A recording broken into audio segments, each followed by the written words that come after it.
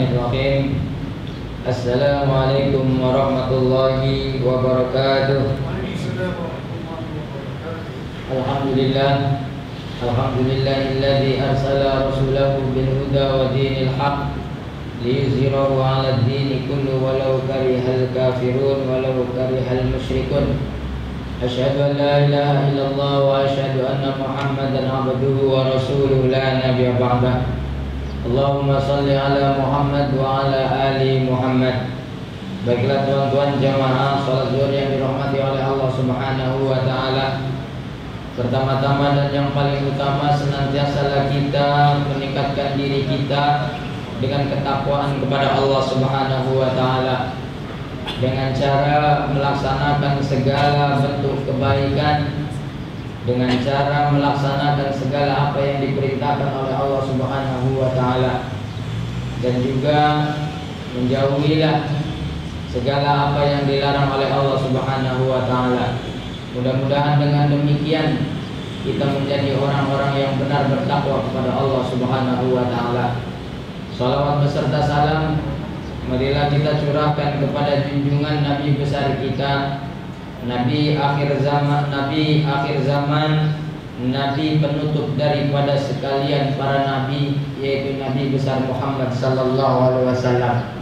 Mudah-mudahan kita dengan bersalawat ke atas Rasulullah sallallahu alaihi wasallam, ianya dapat salawat yang kita hadiahkan memberikan syafaat di akhirat kelak nanti. Baiklah tuan-tuan jamaah salat zuhur yang dirahmati oleh Allah Subhanahu wa taala. Semalam kita sudah menjelaskan bahwasannya menuntut ilmu bagi kita orang yang beriman adalah suatu kewajiban, suatu yang harus, yang wajib kita lakukan. Sebagaimana sabda Rasulullah sallallahu alaihi wasallam, "Thalabul ilmi fardhatun 'ala kulli muslimin wal muslimat." Bahwasannya menuntut ilmu itu adalah wajib atas setiap muslim dan juga muslimah, tidak kira laki ataupun perempuan, ya. Selagi kita seorang muslim, maka disitulah ada kewajiban untuk kita menuntut ilmu. Maka menuntut ilmu itu juga kewajiban di sini dibagi menjadi dua, yaitu kewajiban yang dinamakan dengan fardu ain dan juga fardu kifayah. Dan semalam kita sudah menjelaskan salah satu yang wajib, yang fardu ain yang harus kita tuntut adalah ilmu, memahami dan mengetahui tentang dua kalimat syahadah. Ini adalah suatu hal yang harus kita lakukan. Kita harus betul memahami tentang arti dua kalimat syahadah itu untuk apa terhadap diri kita dan juga agama kita. Saya sudah jelaskan, dan itulah yang dilakukan oleh Rasulullah SAW ketika dilakukan kepada seorang yang kafir dan ingin memasuki Islam. Maka yang diperkenalkan oleh Nabi Muhammad SAW adalah dua kalimat syahadah. Ini adalah merupakan sesuatu yang penting untuk kita membentengi diri kita daripada ajaran yang lain. Dan ketika kita mengucapkan dua kalimat syahadah, berarti haruslah kita juga membuang kepercayaan yang sudah kita anut. Ini dengan mengucapkan dua kalimat syahadah, ya, haruslah kita membuang pemahaman kesesatan yang pernah kita lakukan, karena tidak ada lain, ya, karena tidak ada Tuhan selain Allah Subhanahu wa taala. Dan di dalam syahadat juga diajari kita adalah bahwasannya Rasulullah sallallahu alaihi wasallam adalah sebagai utusan Allah Subhanahu wa taala, sebagai khatamul anbiya wal mursalin, yaitu sebagai penutup daripada segala para nabi dan juga para rasul, yaitu nabi besar Muhammad sallallahu alaihi wasallam. Setelah itu baru baginda Rasulullah sallallahu alaihi wasallam setelah memberikan pemahaman arti dua kalimat syahadah, maka yang wajib yang harus kita tuntut mengenai ilmu adalah mengenai perihal sholat. Sholat juga harus kita harus kita tahu hukum hakam tentang sholat. Ya, jangan menganggap ringan alah sholat tinggal takbir saja mengikut imam sudah, tanpa adanya ilmu. Ya, maka penting untuk kita mengetahui hukum hakam ya mengenai perihal sholat. Bukan kepada kita saja, ketika kita sudah tahu pun wajib hukumnya untuk kita mengajarkan terhadap keluarga kita dan juga anak-anak kita tentang arti apa itu sholat dalam kehidupan kita, dan juga apa hukum hakam, syarat sah dan sebagainya mengenai perkara-perkara sholat. Ini wajib hukumnya bagi kita untuk mempelajarinya.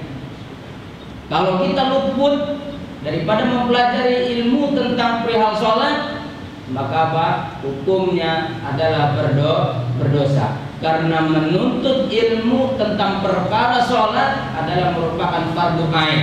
Fardu ain adalah diwajibkan ke atas orang yang mukallaf, ke atas orang yang sudah balik, maka wajib hukumnya di setiap orang. Ya, berbeda dengan fardu kifayah yang saya sudah jelaskan hari yang lepas. Ya, itu. Setelah kita mempelajari ilmu apalagi yang wajib hukumnya untuk kita ketahui adalah apa? Tentang perihal puasa. Ya itu. Ya, puasa jangan hanya sekedar memahami menahan lapar dan menahan dahaga saja. Nah, inilah orang yang berpuasa tanpa adanya ilmu, maka perlu untuk kita memahami hukum hakam yang ada pada puasa. Wajib hukumnya. Maka tidak boleh kita mengabaikan tentang ilmu mengenai perihal puasa. Nah itu. Jadi apa? Sehingga apa? Ketika kita mengetahui ilmu tentang perkara puasa, insya Allah puasa pun, ibadah puasa pun kita mencapai kesempurnaan pahala daripada ibadah puasa yang kita laksanakan. Nah itu. Nah itu adalah merupakan suatu ilmu yang wajib untuk kita ketahui. Begitu juga apa? Ilmu ya ilmu adalah ilmu juga apa? Mengenai apa? Zakat. Ilmu mengenai hukum hakam zakat pun ini adalah merupakan ilmu yang fardu ain, yang wajib, yang harus kita ketahui. Agar apa? Agar kita tahu bahwasanya sesungguhnya harta yang kita kumpulkan, harta yang kita ada, itu ada hak orang lain di sana. Tanpa mempelajari ilmu tentang zakat, mustahil agarnya kita mengetahuinya. Ya, maka apa? Haruslah kita juga ambil tahu tentang perihal hukum hakam zakat. Ya, begitu juga. Ya, diperingatkan juga mengenai perihal haji. Wajib hukumnya untuk kita mengetahui tentang perihal haji, meskipun tidak wajib untuk kita menyegerakannya. Karena apa? Karena haji adalah mengikut kemampuan.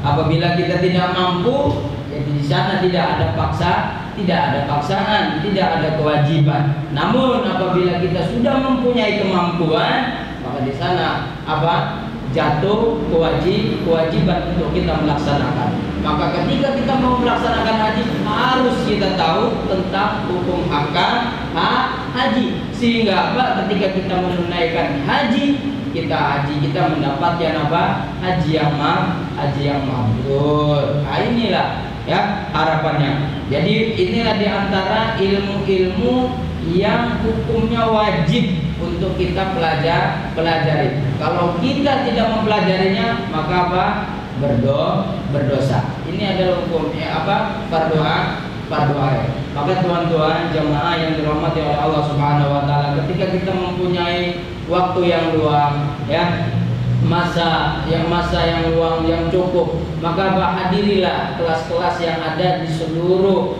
masjid yang ada di Singapura ini. Insya Allah semua mengadakan kursus-kursus, ya, mengadakan kuliah-kuliah tentang fardu ain, baik itu mengenai perihal sholat, mengenai haji, mengenai ibadah puasa. Insya Allah semuanya ada. Masjid-masjid di seluruh Singapura menyediakan kursus-kursus ini. Cuma hanya saja kitanya kembali kepada kita mau atau tidak. Nah, itu. Akan tapi ketika kita ada waktu, ada ruang, tapi kita mengabaikannya, maka akan berdosa tuan-tuan. Karena itu adalah ilmu yang diwajibkan untuk kita, yang harus kita tuntut. Mungkin ini saja yang boleh kita kongsikan di hari ini.